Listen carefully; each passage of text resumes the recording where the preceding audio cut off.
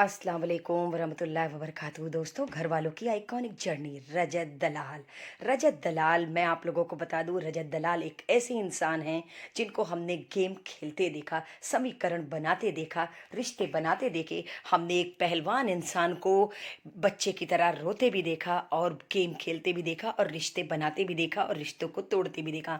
हमने इनकी गुंडागर्दी भी देखी तो इनका एक इमोशनल साइड भी देखा। दोस्तों के लिए खड़े रहना और दोस्तों के लिए लड़ जाना, कुछ भी कर सकते हैं रजत दलाल। सो दोस्तों, अगर आप मेरे चैनल पे नए हैं सो प्लीज़ इसे सब्सक्राइब ज़रूर करिएगा, लाइक कमेंट और शेयर ज़रूर करिएगा। मुझे कमेंट करके ज़रूर बताइएगा क्या आपके फेवरेट हैं रजत दलाल, क्या आप चाहते हैं कि रजत दलाल हो टॉप 2 में।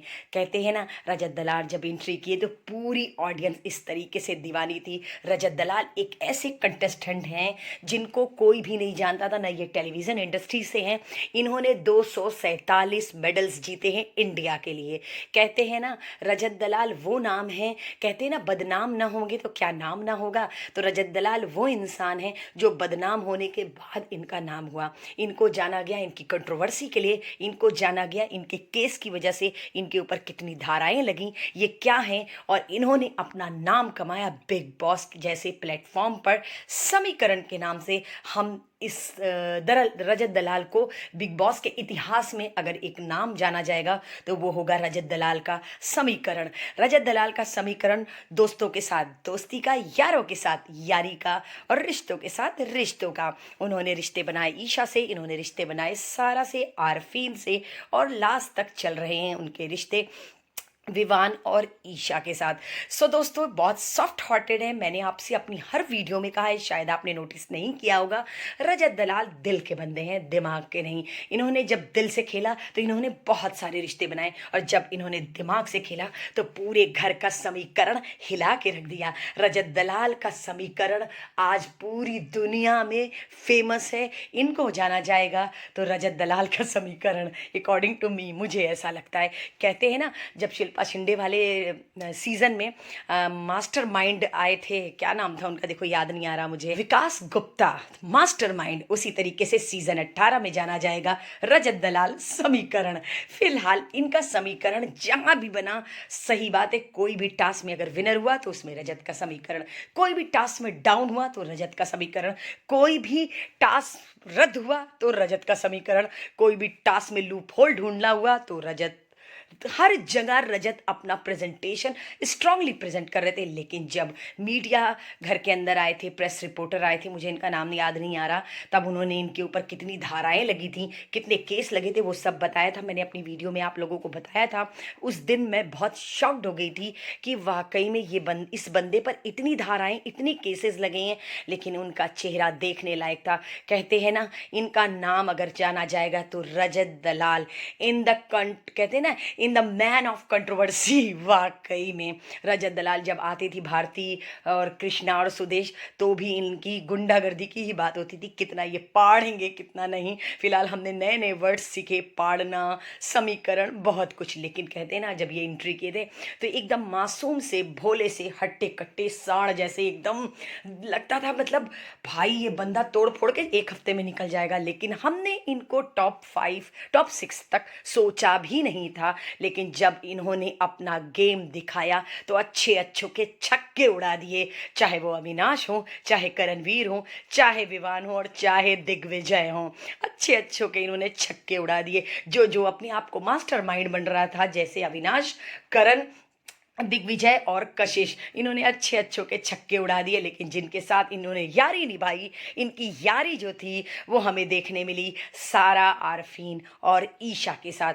और इनका थोड़ा सा इमोशनल साइड अगर किसी के साथ देखने मिला तो वो चाहत के साथ। चाहत के साथ इनके रिश्ते बहुत स्ट्रांग थे। आरफीन के सात इन्होंने जो रिश्ते बनाए थे शुरू से लेके लास्ट तक, वो सारा को लेकर आए। जैसे कि मैंने अपनी वीडियो में बताया है, इस पनौती को लेके क्यों चल रहे हो भाई, तुम इसका बोझ क्यों के उठा रहे, इनको वीकेंड के वार पर कॉर्नर किया जाता था, इनको वीकेंड के वार पे ही बोला जाता था कि आप सारे जहाँ का दर्द मेरे जिगर में है, बोझ उठाए चल रहे हैं। लेकिन मैंने आप लोगों से अपनी वीडियो में कहा था कि ये बंदा दिल से का है, दिमाग का नहीं है। लेकिन वाकई में जब इस आदमी ने दिमाग चलाया ना, तो अच्छे अच्छों का दिमाग का समीकरण हिल गया। लेकिन हमने सबसे ज़्यादा, मैंने अपनी वीडियो में बताया ना, कुकड़ुक को अगर किसी के में बजा है तो वो है रजत दलाल। रजत दलाल को कंगना रनावत ने दिया था सोने का मुर्गा। उसके बाद लगातार मुर्गा मर गया है, अब मुर्गा होगा नहीं फिलहाल। उसके बाद हमने रजत को सोते हुए भी नहीं देखा। रजत की बड़ी मीठी सी नोकझोंक चाहत के साथ होती थी, टॉम एंड जेरी वाली लड़ाई होती थी, और उसके बाद उनका एक इमोशनल साइड दिखता था। लेकिन उसको लोगों ने कंट्रोवर्सी का नाम दिया, जिसकी वजह से रजत उनसे दूर हो गए। लेकिन सारा को लेके लास्ट तक चलते रहे। हर टास्क में रजत ने अपने आप को प्रूफ किया है कि this is a man of sports. Sportsmanship अगर इस इंसान में है तो हमने इस गेम में देखा। क्योंकि एक स्पोर्ट्समैन जो होता है, जब वो खेलता है तो वो जीतने के लिए खेलता है। वो ये नहीं देखता कि सामने मेरा कॉम्पिटिटर कौन है, मेरी बहन है, मेरा दोस्त है कि कौन है। वो सिर्फ जीतने के लिए खेलता है। तो हकीकत में हमने रजत दलाल का गेम सिर्फ जीतने की तरफ देखा। जब वो खेलते थे तो वो जीतने के लिए खेलते थे, लेकिन जब सही टास्क खत्म होता था वो आकर अपने रिश्तों को वापस से नॉर्मल करने की कोशिश करते थे, जिसकी वजह से इनका नाम पलटू रख दिया गया, जिसकी वजह से इनका नाम यू टर्न रख दिया गया। जबकि हकीकत बताऊं तो ये यू टर्न नहीं था, ये इस इंसान की स्पोर्ट्समैनशिप थी। क्योंकि एक स्पोर्ट्समैन जो एक खिलाड़ी होता है वो जीतने की हर मुमकिन कोशिश करता है, हर वो हिम्मत, ताकत, जज्बा और दिमाग लगाता है कि वो जीते। जैसे एक स्टूडेंट पढ़ने में, जैसे एक खिलाड़ी खेल में, और वैसे ही यहाँ पर रजत ने भी अपना दिमाग लगा के बहुत कोशिश की है गेम को खेलने की, और गेम को खेला है, जिसकी वजह से कि ये बदनाम ना होंगे तो नाम ना होगा, वही वाला हाल हुआ इनके साथ। और ये बदनाम हुए, इनका नाम यू टर्न रखा गया, इनका नाम पलटू रखा गया, लेकिन इन्होंने अपनी ताकत का प्रदर्शन कभी भी नहीं किया। ये जब गुस्से में आए, इन्होंने अपना गुस्सा अपने बॉडी से दिखा सकते थे, हाथ उठा सकते थे, लेकिन हकीकत में इतना पेशेंस, मैंने अपनी वीडियो में भी कहा था कि जब इनको शाहबाज हाइपर कर रहे थे, धमकी दे रहे थे, तब इन्होंने बेसिन में जाकर के नल खोल के अपना सर पानी में भिगाया था। मैंने तब इनका पेशेंस लेवल मैं देख रही थी as a viewer, as a Bigg Boss की फ़ैन, की हकीकत में इस बंदे में कितना पेशेंस है, कितना कंट्रोल इसने किया। वरना कोई और होता तो अब तक धक्का वक्का तो मार ही देता। इन्होंने अविनाश के साथ अपना पेशेंस बहुत कंट्रोल किया। इन्होंने रजत को, करण को तो मैं नहीं बोल सकती ना विवान को, क्योंकि करण और विवान के साथ 1-to-1 का नहीं हुआ, क्योंकि ये लोग बहुत मैच्योरिटी लेवल में बहुत हाई हैं। अविनाश, शाहबाज, ये कुछ, और दिग्विजय, ये लोग एक कुछ ऐसे टुटपुंजिए खिलाड़ी थे जिन्होंने इनको काउंटर किया। जब रोहित शेट्टी ने इनसे पूछा कि भाई ये समीकरण क्या है, तो इन्होंने यही कहा, हमारे रिश्ते इनके उनके साथ जो गेम में जो बातें होती है वही हमारा समीकरण है। फिलहाल आप रजत, आपके जो पोयम्स है जो आपने शुरुआत की, आपने तो बिग बॉस को भी शायर बना दिया। रजत, आपकी वजह से करणवीर शायर हो गए, आपकी वजह से ईशा शायर हो गई, आपकी वजह से अविनाश शायर हो गए, और आपकी वजह से घर का एक एक बंदा शायरी करने लगा। कहते हैं ना, हम अपनी छाप छोड़ जाते हैं, हमसे है ज़माना, हम ज़माने से नहीं है। तो हकीकत में ये पूरा ज़माना जो बिग बॉस का था वो आपसे था, क्योंकि आपको देख करके ही लोग समीकरण बनाना सीखे, आपको देख के ही लोग शायरी बनाना सीखे। आपकी चाल, आपकी पर्सनालिटी और आपका रुबाब, मैं कहती हूँ, मैं सही कहा था सलमान खान ने कि भाई इसको अंडर डॉग मत समझो, ये सबको डॉग बना के चला जाएगा। तो आज इनकी जर्नी देख करके मेरा भी कॉन्फिडेंस बहुत लो हो गया है। मैं भी बहुत डर सी गई हूँ, कहीं ऐसा ना हो भाई ये बंदा ट्रॉफी लेके निकल जाए और सारे के सारे मुंह देखते रह जाए।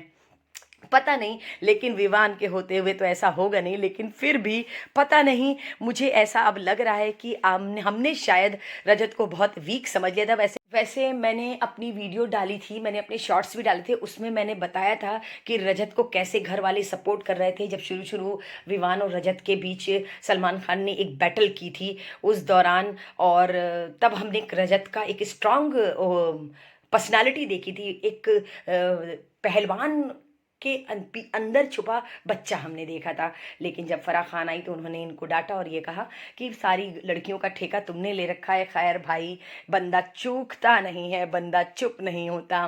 बंदे ने कहा मुझे, मैं जहाँ से आता हूँ मैं तो यही करूँगा। लेकिन हमने रजत दलाल का वो साइड देखा, वो इमोशनल साइड देखा जब उनकी माँ घर में आई। जब उनकी माँ घर में आई और एक पहलवान, हट्टा कट्टा धाकड़ आदमी अपनी माँ की गोदी में सर रख करके बच्चे की तरह जब वो रो रहे थे, उनकी आंखें नम हो गई थी। ये जर्नी बहुत ही ज़्यादा ब्यूटीफुल थी और उनकी आंखें नम हो गई। तब पता नहीं क्यों एक ऐसा फील हो रहा था कि भाई, हर किसी को माँ की ज़रूरत होती है। माँ ऐसी चीज़ ही होती है, चाहे हम कितने भी बड़े क्यों ना हो जाए, पर हमारे लिए हमारी माँ का होना बहुत ज़रूरी होता है। तो हमने रजत को बच्चे की तरह, मैंने आप लोग से बताया था ना कि जब रजत की माँ सुबह सुबह डांस करती तो रजत किस तरीके से अपनी माँ को हसरत भरी निगाहों से देख रहे थे, बहुत खुश हो रहे थे और अपनी माँ की गोदी में सर रख के सबकी शिकायत कर रहे थे कि मुझे उन्होंने ये कहा, उन्होंने ये कहा, मैं क्या करूँ, मैं क्या नहीं करूँ।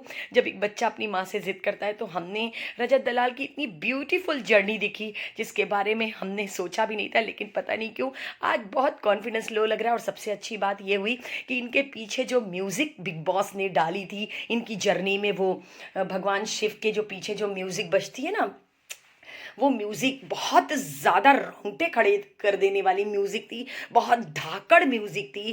कहते हैं ना, जो रिपोर्टर्स आए थे उन्होंने भी यही कहा था, जलवा तो बहुत है गुरु, तुम्हारा तो हकीकत में जलवा तो बहुत है गुरु आपका रजत, नो डाउट। लेकिन आपके पीछे की आपको नंबर 1 भी दिया था श्रुतिका ने। आपको कंट्रोवर्सी में भी, आप जब विवान के साथ कंपटीशन में थे तो घर वालों ने आपको सबसे ज़्यादा सपोर्ट किया था। तो भाई, हम इसको अंडरडॉग ना ही समझे तो ज़्यादा बेहतर होगा।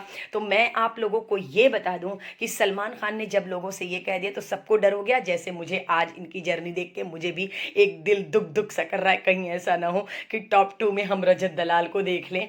तो फाइनली दोस्तों, मुझे नहीं पता क्या कल होने वाला है, क्या नहीं होने वाला है। कल है वीकेंड का वार, पता नहीं कल सलमान खान आएंगे कि नहीं आएंगे, कल क्या होने वाला है। सो दोस्तों, अगर आपको मेरी वीडियो पसंद आए सो प्लीज़ इसे लाइक, कमेंट और शेयर ज़रूर करिएगा। मुझे कमेंट करके ज़रूर बताइएगा कि आपके फेवरेट कौन है, क्या आप रजत को टॉप 2 में देखते हैं। सो मैं कल आप लोग को फिर मिलूंगी एक नई वीडियो में, नए एपिसोड में और नई गॉसिप के साथ। सो बहुत मज़ा आने वाला है दोस्तों, अभी चूम की जर्नी बाकी है। सो मैं आप लोगों को नेक्स्ट वीडियो में मिलूंगी चूम की जर्नी के साथ। सो अल्लाह हाफिज़ दोस्तों, अपना ख्याल रखिएगा और मुझे अपनी दुआओं में याद रखिएगा। भूलिएगा मत दोस्तों, कमेंट ज़रूर करके बताइएगा मुझे।